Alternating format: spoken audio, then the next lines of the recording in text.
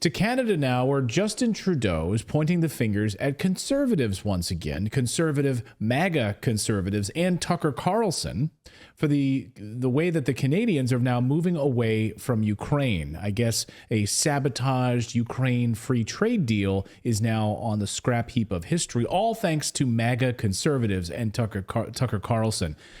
Justin Trudeau is at it once again. We wanted to bring in David Krayden from Ottawa, Canada, to unpack all of this. So this free trade deal, David, with Ukraine was supposed to make things, I guess, easier for the flow of goods to travel between Ukraine and Canada, which I'm surprised it's not already flowing as easily as that. But it's now the problem of MAGA conservatives for torpedoing this deal. Can you explain what's going on here? Yes, it's quite fascinating because we already have a free trade deal with Ukraine. It's called giving them billions of dollars and all of the armaments and all the tanks we have in our inventory. That's the kind of free trade deal we have Right. with Ukraine. But Trudeau wanted another free trade agreement, and you wonder about the timing here. This is a regime that is teetering on the brink of disaster, catastrophe, and collapse. And do you really think anybody in Ukraine is worried about a free trade agreement with Canada? Probably not. But Trudeau wanted all party support for this free trade agreement, which incidentally he inserted a carbon tax amendment to, which he routinely does to all trade agreements with other countries. If they want to sign, they have to agree to this provision for LGBTQ rights or for gender ideology teaching in schools or for carbon tax. So the conservatives objected to this on the principle of Ukraine or anybody doesn't need another carbon tax. But really, what's going on here behind the scenes is there are a lot of conservative people in the base, the grassroots, who are saying, enough of the billions of dollars we are sending to Ukraine. You've given them our last Leopard tank. The army is saying, we don't have any inventory left. You've given it all away. We can't afford it. And more Canadians are waking up to the fact that Zelensky is shoveling all the money into private bank accounts along with the other high-level politicians, along with the other oligarchs. And as soon as this war is over, they're going to be bolting the country for warmer climes and they hope safer climes. But they want to get out of there as soon as possible. And with the billions that Canada, NATO countries, and mostly the United States has given them with no strings attached.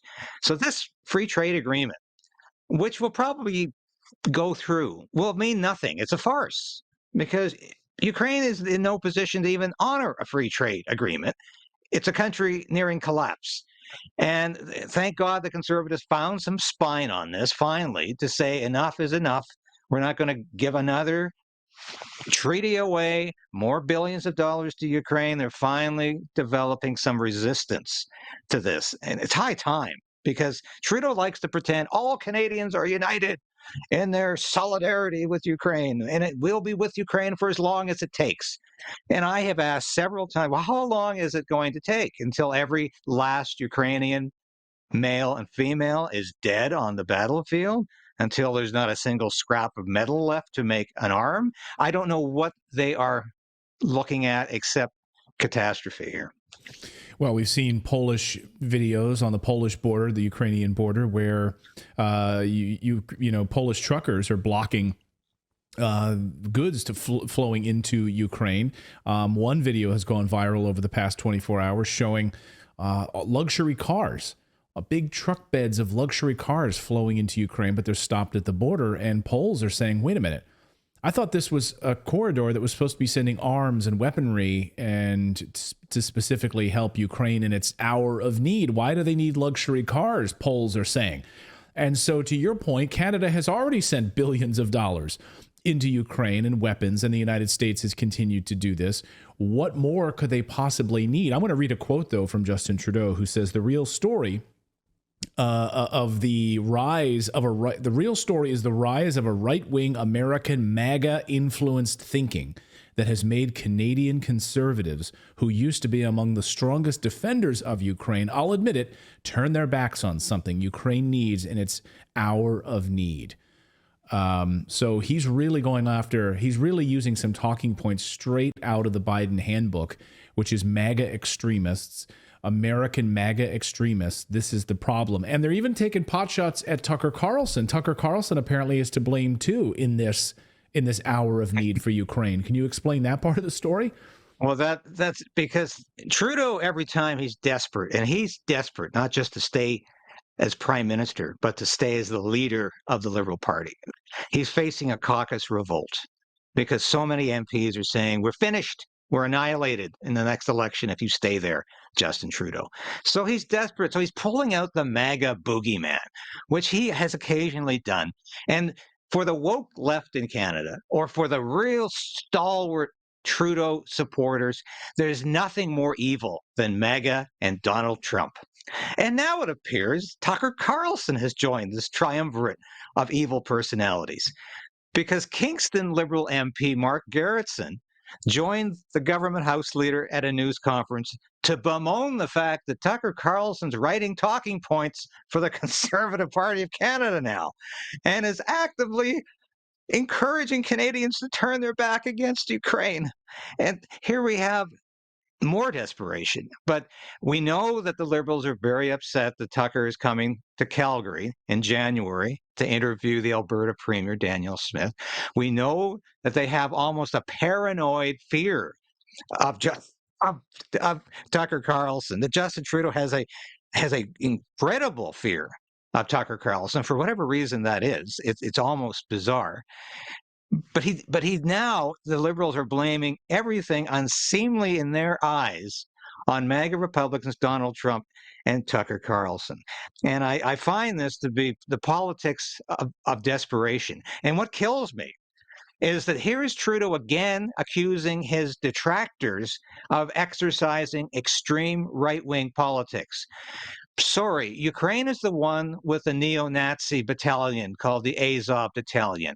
Trudeau was the one who sanctioned and invited a former Waffen-SS Nazi to come to the House of Commons to hear Zelensky speak. Trudeau was the one who did that. Trudeau was the one who sanctioned 2 standing ovations for this guy. And just like he did with the Freedom Convoy, where he said, these guys are a bunch of extremists on the fringe. They're racist, they're misogynistic, and you know what? They're Nazis too. Because I think I saw a Nazi flag on the first day. So they're all Nazis. So Trudeau, once again, is using the politics of distraction and detraction. He's calling his enemies what he is. He's projecting his faults, his authoritarian ideas, his authoritarian values on his opponents. So everybody out there is against him is an extremist, right-wing, crazy man. Sorry, you're the one who's running your government like a fascist government. Yeah. Well, maybe this fair trade deal could go through so Zelensky could get a few more yachts and, as you point out, a few more diamonds for his wife, because while Americans suffer, while Canadians suffer right now, Zelensky needs more wealth, more money flowing into his pockets. David Krayden, great to see you. Thank you so much as you prepare for a big snowstorm up there. Also watching the trucker convoy trial, which is set to return as well. And hopefully you can give us some updates on that, because the defense is about to have their turn, right? Yes. And finally, after, my God, 2 months of the prosecution showing videos that were actually favorable to Tamara Leach and Chris Barber, and people scratching their heads wondering, I don't understand the point of all this. The defense is going to get up and I think absolutely slice the prosecution in 5 or 6 pieces, because they have no case. The prosecution has no case. They're putting these 2 people whose resources are extremely limited, who are surviving on fundraising, into hell. And that's the whole point of this. They know they're not guilty of any kind of sedition, of any kind of mischief, of any kind of insurrection, but they're putting them through hell. So anybody else who wants to protest against the Trudeau government is going to think twice about the legal cost and about the humiliation and about going through a trial that should have been over in 48 hours. That's going to go 3-4 months. And that's what this is all about. Taking a play right out of the January 6th playbook, and going after people that don't deserve it. David Krayden, great to see you. We'll have dispatches from the trial here over the next few days. We appreciate it. Thanks from Canada, as always, David. Thank you so much, Clayton. Thank you so much for watching this segment here at Redacted. We are live every day at 4 p.m. Eastern Time, trying to share the stories that the mainstream media will not cover. You should also come over and join our community of Redacted Rebels over at redacted.inc. That's our private locals community where we can share exclusive content that we simply cannot share here on YouTube. Come over and join the rebellion together right now by going to redacted.inc. We'll see you next time.